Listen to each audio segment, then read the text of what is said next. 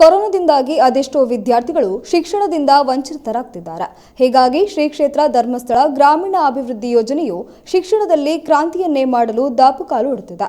ಧರ್ಮಸ್ಥಳ ಗ್ರಾಮೀಣ ಅಭಿವೃದ್ಧಿ ಯೋಜನೆಯು ಗ್ರಾಮೀಣ ಭಾಗದ ವಿದ್ಯಾರ್ಥಿಗಳು ಶಿಕ್ಷಣದಿಂದ ವಂಚಿತರಾಗಬಾರದು ಎಂದು ಜ್ಞಾನತಾಣ ಕಾರ್ಯಕ್ರಮ ಹಮ್ಮಿಕೊಂಡಿದೆ. ಈ ಕಾರ್ಯಕ್ರಮವನ್ನು ಹುಬ್ಬಳ್ಳಿಯ ರಾಯಪುರದಲ್ಲಿರುವ ಶ್ರೀ ಧರ್ಮಸ್ಥಳ ಗ್ರಾಮೀಣ ಅಭಿವೃದ್ಧಿ ಕಚೇರಿಯಲ್ಲಿ ಕೈಗಾರಿಕಾ ಸಚಿವ ಜಗದೀಶ್ ಶೆಟ್ಟರ್ ಹಾಗೂ ವಿಶ್ವಮಾನ್ಯ ಪುರಸ್ಕೃತ ಸಂತೋಷ್ ಆರ್ ಶೆಟ್ಟಿ ಅವರು ಉದ್ಘಾಟಿಸಿದ್ದಾರೆ. ಈ ಕಾರ್ಯಕ್ರಮದಲ್ಲಿ 507 ವಿದ್ಯಾರ್ಥಿಗಳಿಗೆ ಲ್ಯಾಪ್ಟಾಪ್ ವಿತರಿಸಲಾಗಿದೆ.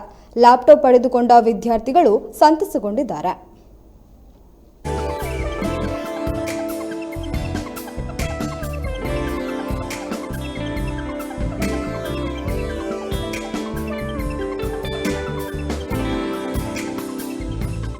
ಇವತ್ತು ವಿಶೇಷವಾಗಿ ನಮ್ಮ ರಾಜ್ಯಾದ್ಯಂತ ಜ್ಞಾನತಾಣ ಕಾರ್ಯಕ್ರಮದ ಉದ್ಘಾಟನಾ ಕಾರ್ಯಕ್ರಮ ನಡೀತಾ ಇದೆ. ಇದರ ಉದ್ದೇಶ ಪರಮಪೂಜ್ಯ ಕಾವಂದ್ರ ದಿಟ್ಟ ಒಂದು ನಿಲುವು.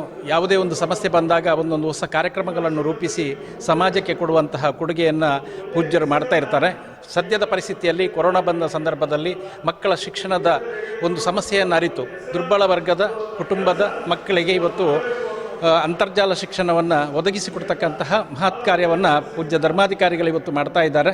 ಇವತ್ತು ಪ್ರತಿ ತಾಲೂಕುಗಳಲ್ಲಿ ಸಮೇತ ಈ ಕಾರ್ಯಕ್ರಮ ಕ್ಷೇತ್ರದಲ್ಲಿ ಪೂಜ್ಯರ ಹಸ್ತದಿಂದ ಈ ಕಾರ್ಯಕ್ರಮ ಉದ್ಘಾಟನೆ ಆಗ್ತಾ ಇದೆ.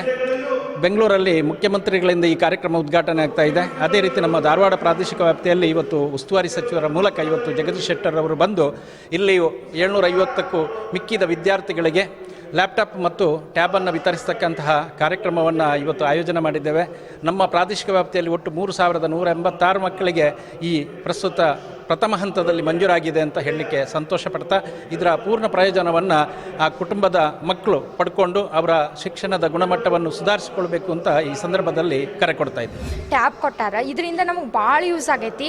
ಗ್ರಾಮೀಣ ಅಭಿವೃದ್ಧಿ ಯೋಜನೆ ತೊಗೊಂಬಂದಾರ. ಜ್ಞಾನತಾಣ ಅನ್ನೋ ಯೋಜನೆಯಿಂದ ನಮಗೆ ಡಾಕ್ಟರ್ ಪೂಜ್ಯ ವೀರೇಂದ್ರ ಹೆಗಡೆ ಅವ್ರಿಗೆ ಎಷ್ಟು ನಾವು ಥ್ಯಾಂಕ್ಸ್ ಹೇಳಿದ್ರು ಸಾಲಂಗಿಲ್ಲ.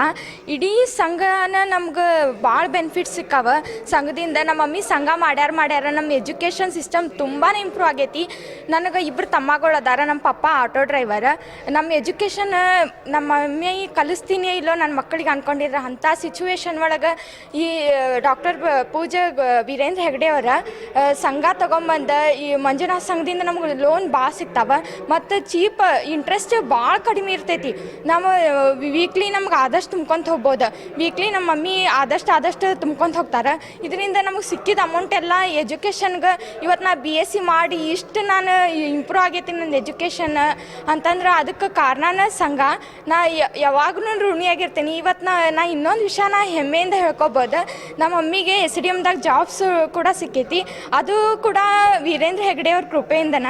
ಅವ್ರ ಕೃಪೆಯಿಂದ ನಮಗೆ ಭಾಳ ನಮ್ಮ ಮನ್ಯಾಗ ಯಾವುದೇ ಫೋಟೋ ಐತೆ ಇಲ್ಲ ಗೊತ್ತಿಲ್ಲ, ಅವ್ರ ಫೋಟೋ ಅಂತೂ ಯಾವಾಗಲೂ ಇರ್ತೈತಿ. ಅವ್ರಿಗೆ ಡೈಲಿ ನಾವು ಪೂಜೆ ಮಾಡೇನ ಮುಂದಿನ ಕೆಲಸ ಮಾಡ್ತೀವಿ. ಇವತ್ತು ಅವ್ರ ಕೃಪೆಯಿಂದ ನನ್ನ ಕೈಯಾಗ ಲ್ಯಾಪ್ಟಾಪ್ ಐತೆ ಅಂತಂದ್ರೆ ಅವ್ರಿಗೆ ನಾ ಎಷ್ಟು ಧನ್ಯವಾದ ಹೇಳಿದ್ರು ಸಾಲಂಗಿಲ್ಲ.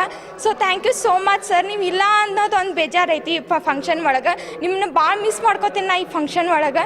Thank you so much sir. ನಿಮ್ಮ ಕೃಪೆ ನಮ್ಮ ಮೇಲೆ ಭಾಳ ಅಂದ್ರೆ ಭಾಳ ಐತಿ.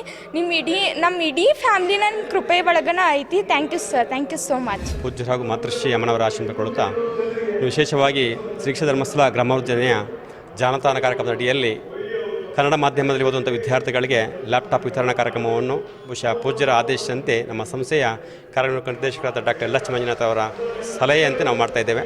ಬಹುಶಃ ಧಾರವಾಡ ಜಿಲ್ಲೆಯಲ್ಲಿ ಪ್ರಥಮ ಹಂತದಲ್ಲಿ ಸುಮಾರು 750 ಬೇಡಿಕೆ ಬಂದಿದೆ. ಬಹುಶಃ ಅದರಲ್ಲಿ 507 ವಿದ್ಯಾರ್ಥಿಗಳಿಗೆ ಮಂಜೂರಾತಿಯನ್ನು ಪೂಜ್ಯರು ಕೊಟ್ಟಿದ್ದಾರೆ. ಇವತ್ತು ನಮ್ಮ ಧಾರವಾಡ ಜಿಲ್ಲೆಯ ಉಸ್ತುವಾರಿ ಸಚಿವರಂಥ ಸನ್ಮಾನ್ಯ ಜಗದೀಶ್ ಶೆಟ್ಟರ್ ಮೂಲಕ ಉದ್ಘಾಟನೆ ಮಾಡಿ ಕನ್ನಡ ಮಾಧ್ಯಮದಲ್ಲಿ ಓದುವಂಥ ವಿದ್ಯಾರ್ಥಿಗಳಿಗೆ ಅವರ ಬದುಕನ್ನು ಕಟ್ಕೊಳ್ಳಿಕ್ಕೆ ಕ್ಷೇತ್ರದ ಕೊಡುವಂಥ ರಿಯಾಯಿತಿ ದರದ ಟ್ಯಾಬ್ ಮತ್ತು ಲ್ಯಾಪ್ಟಾಪ್ಗಳು ಬದುಕಿಗೆ ದೀಪವಾಗಿ ಪರಿಣಮಿಸಲಿ, ಕ್ಷೇತ್ರದ ಬಗ್ಗೆ ಅವರಿಗೆ ಇನ್ನಷ್ಟು ಒಲವು ಬಂದು ಅವರ ಮುಂದಿನ ಜೀವನ ಸುಗಮವಾಗಿ ಸಾಗಲಿ ಅನ್ನೋ ಹಾರೈಕೆಯೊಂದಿಗೆ ಇವತ್ತು ಕಾರ್ಯಕ್ರಮದಲ್ಲಿ ಬಹುಶಃ ಆ ವಿದ್ಯಾರ್ಥಿಗಳು ಆ ಲ್ಯಾಪ್ಟಾಪ್ ಪಡ್ಕೊಂಡು ತರಬೇತಿ ಕೊಟ್ಟ ನಂತರ ಅದನ್ನು ಬಳಸಿಕೊಂಡು ಅದನ್ನು ದುರುಪಯೋಗ ಮಾಡಿದ ರೀತಿಯಲ್ಲಿ ತನ್ನ ವಿದ್ಯೆಗೆ ಪೂರಕವಾಗಿ ಬಳಸಿಕೊಳ್ಳುವ ಹಾಗೆ ಬಹುಶಃ ಇವತ್ತು ಯೋಜನೆಯ ಕಾರ್ಯಕ್ರಮ ಅದಕ್ಕೆ ತರಬೇತಿ ಕೊಡ್ತಾರೆ.